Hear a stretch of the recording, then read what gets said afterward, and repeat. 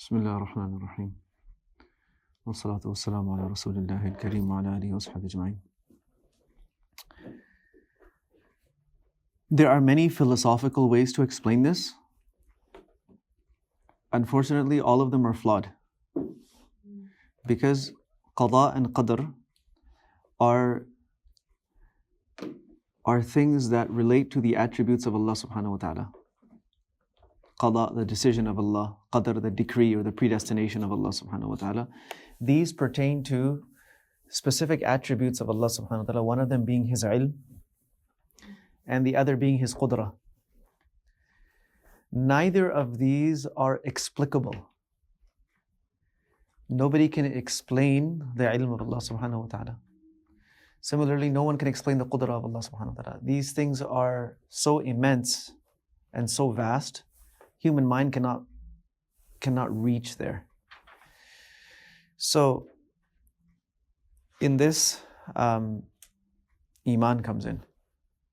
That we believe in Allah as He is.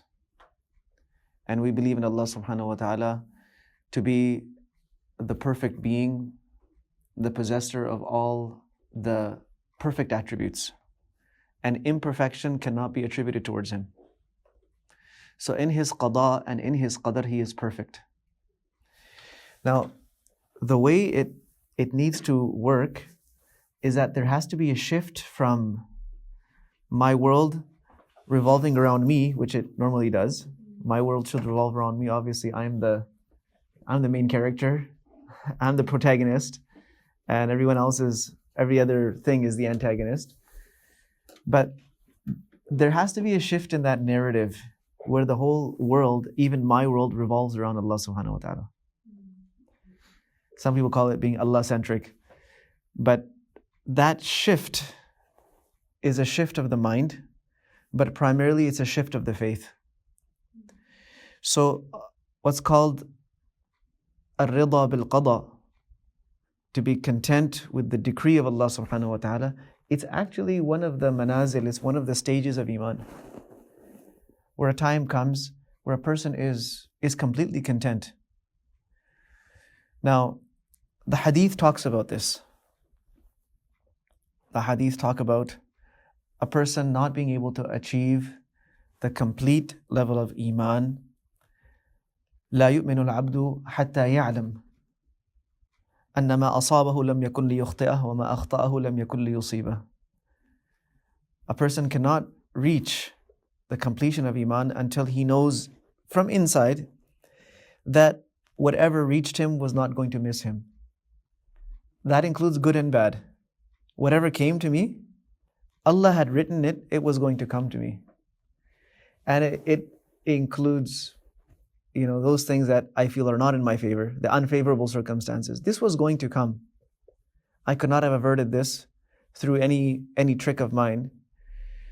So it was coming, so it came. And وَمَا أَخْطَأَهُ لَمْ يَكُنْ لِيُصِيبَهُ. What missed us in terms of good, or favorable and unfavorable, whatever missed us, it was never going to reach us.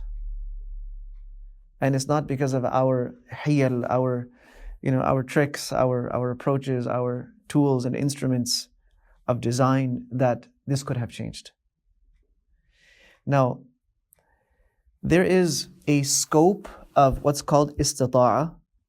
There is a range of qudra, power, or free will, if you will. There is a range of that Allah has given to every single one of us.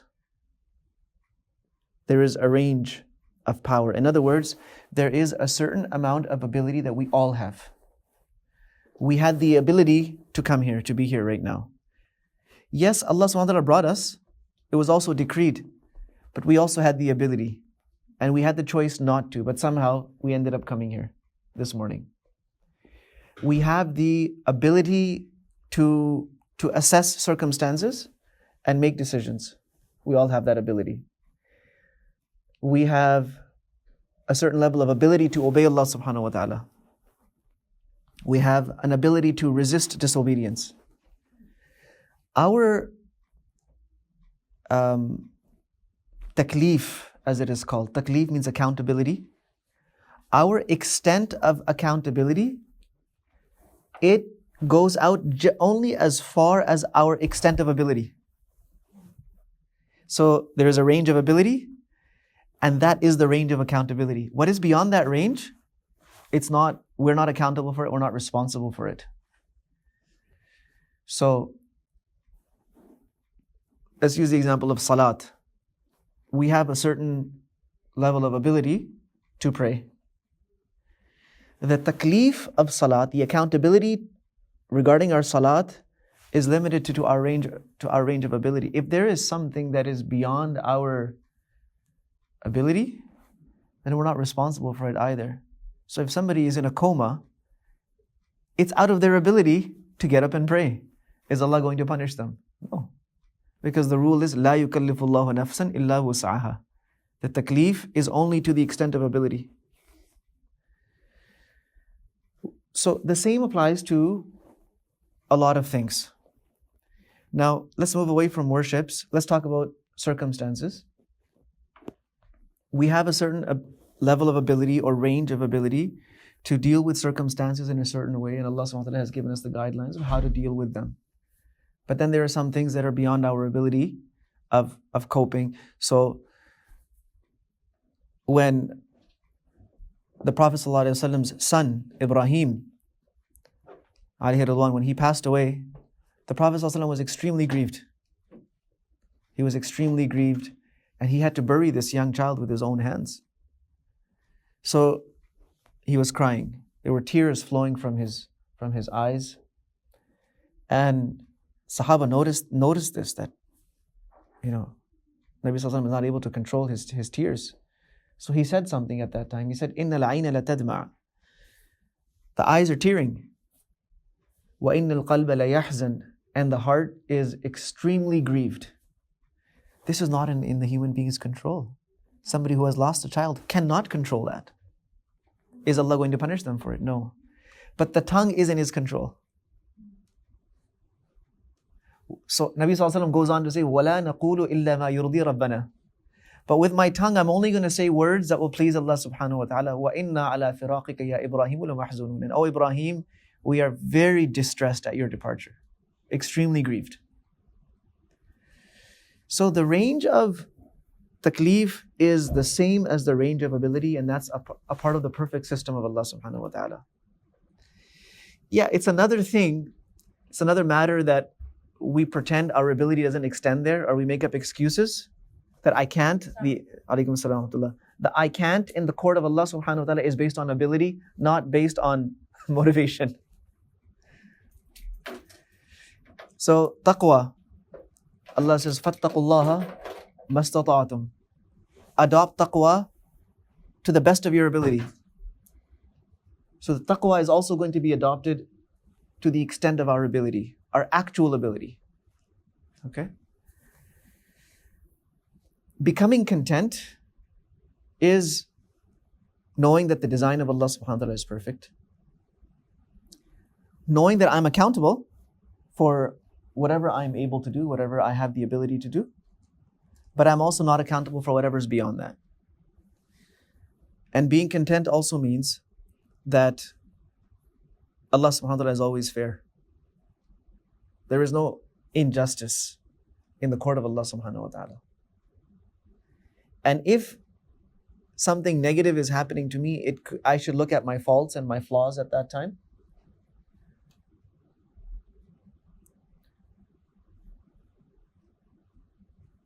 The Quran repeats this theme that whatever wrong comes to you, it often comes because of what you did. وَمَا أَصَابَكُم مِّن مُّصِيبَةٍ فَبِمَا كَسَبَتْ أَيْدِيكُمْ وَيَعْفُو عَنْ كَثِيرٍ. The problems that come because of something that human being has done, and Allah pardons most of it. وَيَعْفُو عَنْ كَثِيرٍ. مَا أَصَابَ مِن مُّصِيبَةٍ فِي الْأَرْضِ وَلَا فِي أَنفُسِكُمْ إِلَّا فِي كِتَابٍ مِّن قَبْلِ أَن نَّبْرَأَهَا. But He also says that no musibah comes, but that it's already been decreed. So there's a bit of both. There is something within the human ability that they did to cause it, and it matched what Allah subhanahu wa ta'ala had written. What I have and what I don't have in terms of good, the things that I cherish, the things that I value, It may be that what I have is good to me, but it's not good for me in the sight of Allah subhanahu wa ta'ala. It could also be that Allah subhanahu wa ta'ala is keeping it away from me for a much better reason, a bigger reason. And when we look at the lives of the Anbiya alayhimu salatu wasalam, we find prime examples of this. So Yaqub alayhi salam loved Yusuf alayhi salam dearly. He loved him like it was an unbelievable kind of love. But then that love became his biggest test. The thing that he desired the most and the one that he desired to have with him the most was separated from him. And it was for years and years.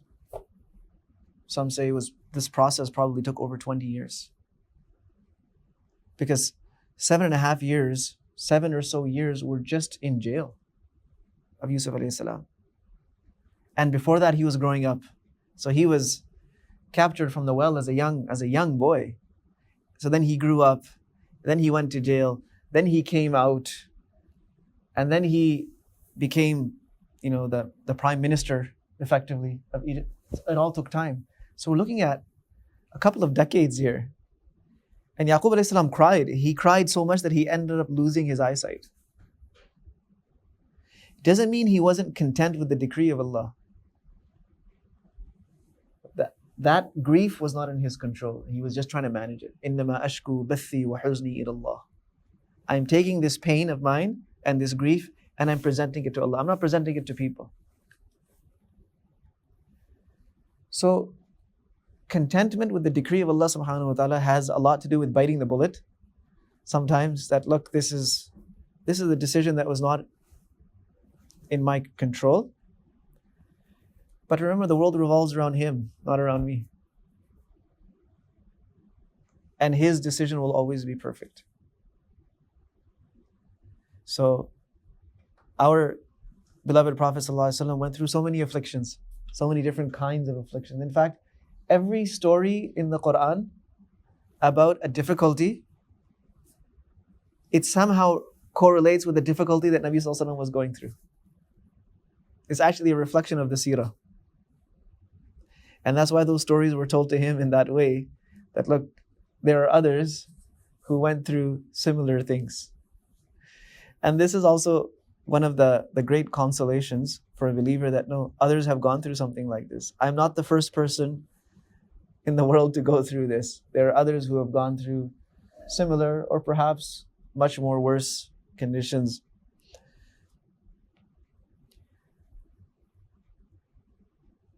And to ask Allah subhanahu wa ta'ala to give the best possible outcome. And to know that we are not responsible or accountable for everything that's happening around us. We are not. But we are responsible and accountable for our own actions. So Allah subhanahu wa ta'ala is not going to judge us based on whether we were rich or poor. Our rizq was decided when we were in the wombs of our mothers. Or it was decided before that. It was given to the angel at that time. Alright, so we could be stressed about our rizq all the time. We could choose to do that. Or we could say, hey, this is my range of ability to earn rizq. I'm going to do that. And that's it. The one who provides it, the rest is his business. So, it has to be a shift in faith. The world doesn't revolve around me. It revolves around Him.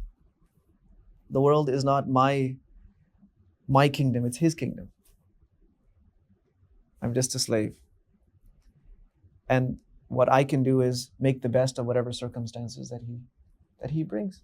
And this is something that we look around the world and see what's happening to people that we know, people that we read about, that we hear about. There are a lot of things going on. Everyone has their own test. So qada and qadr, it has to do with the knowledge of Allah subhanahu wa ta'ala of what is going to happen. His knowledge is absolute. He knows what's going to happen. And His design of making things happen This is also, it's his prerogative, not ours. Can we change qadr? Is it possible to change taqdeer? Well, there are two types of taqdeer. There is taqdeer that is mubram, and there is taqdeer that is mu'allaq. Mubram means it's absolute, it's unchangeable. And mu'allaq means it's subjective. In other words, like what the hadith says, لا يرد القضاء إلا الدعاء. Nothing can repel or change or block taqdeer other than dua. So the question is raised that, okay, can dua really change taqdeer? Something that Allah subhanahu wa ta'ala wrote 10,000 years before He created the heavens and the earth. My dua is going to change that? Well, there are two types of what has been written. One is that it's absolute, this is going to happen irrespective of what else happens. And the other is that this will happen if my slave does this, and this will happen if my slave does this. Ultimately, what option the slave is going to take is known to Allah subhanahu wa ta'ala, but it's within his range of ability. It's already written, but we are not compelled to do it. It's in the knowledge of Allah what choice we will make. So if this person gets up and makes dua, then I'm going to cure their child. And if they don't, the child is going to remain sick. Which option will they take? Allah knows. He didn't force us to do either, but the option was there. And the example of this is like someone telling their child before heading out that, look, put your jacket on. Put your jacket on before you go to school. Now, the parent knows the child. The child hates wearing jackets. He's not going to wear it. So the parent knows that he's not going to wear it, but it's my job to tell him. So the mom tells the boy, make sure you wear your jacket. And the boy, as per his habit, he leaves it and he goes to school without his jacket. Did the mother make him go without a jacket? No. But she knew that's what he was going to do.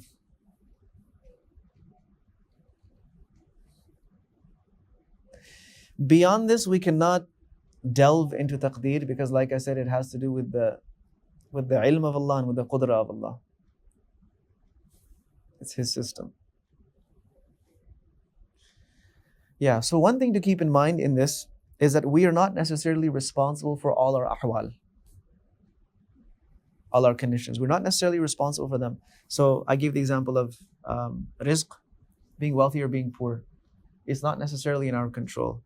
Being healthy or being sick is not necessarily in our control. Yes, there will be some things that we do that could attribute or could contribute to either. But ultimately, health and sickness are in the hands of Allah subhanahu wa ta'ala. How long we live or how short of a life we have, it's in the hands of Allah subhanahu wa ta'ala. So we're not necessarily responsible for those ahwal. He decides them. We are simply responsible for how we respond to them, what we do in those ahwal. So Allah will never punish us for being poor. Allah will not punish us for being sick unless we did it deliberately. We made ourselves sick deliberately. Allah subhanahu wa ta'ala is looking at what we're doing while we're sick and what we're doing while we're poor. If there are things bringing grief into our life, hawadith, there are disturbing events taking place, there are losses taking place. Are we responsible for those losses? No, we're not. Are we responsible for a death in the family? No, we're not. We're not responsible. We're only responsible for how we deal with it, how we respond to it. So the summary is, we do the best of what we can within our scope of ability, and that's it.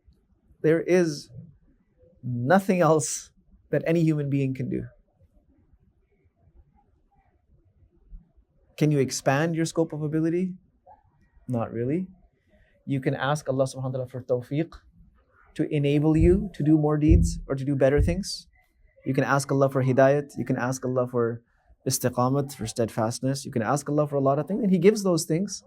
So all of these things are cushions. They help and they support and they sort of facilitate moving in the right direction. You can ask Allah, oh Allah, this affliction has reached me, I can't handle it. Oh Allah, give me the patience, give me the strength. Allah will give it to you. So there you go, now your ability has increased.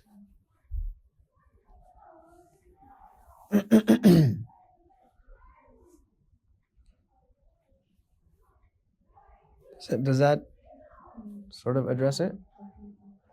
I think just knowing that subhanAllah, the result doesn't revolve around you. It's Allah subhanahu wa ta'ala that the result revolves around. And also subhanAllah, just knowing that, like, you don't use the means, you don't use Allah subhanahu wa ta'ala as a means to get to what you want. It's actually the other way around. No, Allah is the objective. Allah is the objective. You should be using the means to get to Allah. And I think that's where people, when they're afflicted with calamities, they feel like, or when they lose, those that they love, or they're too attached to something, they're using Allah subhanahu wa ta'ala to get to that thing, or to get to those people, or to hold on to those people. So then when these attachments are gone, they'll be thinking, why? When it should be these attachments are made for Allah subhanahu wa ta'ala.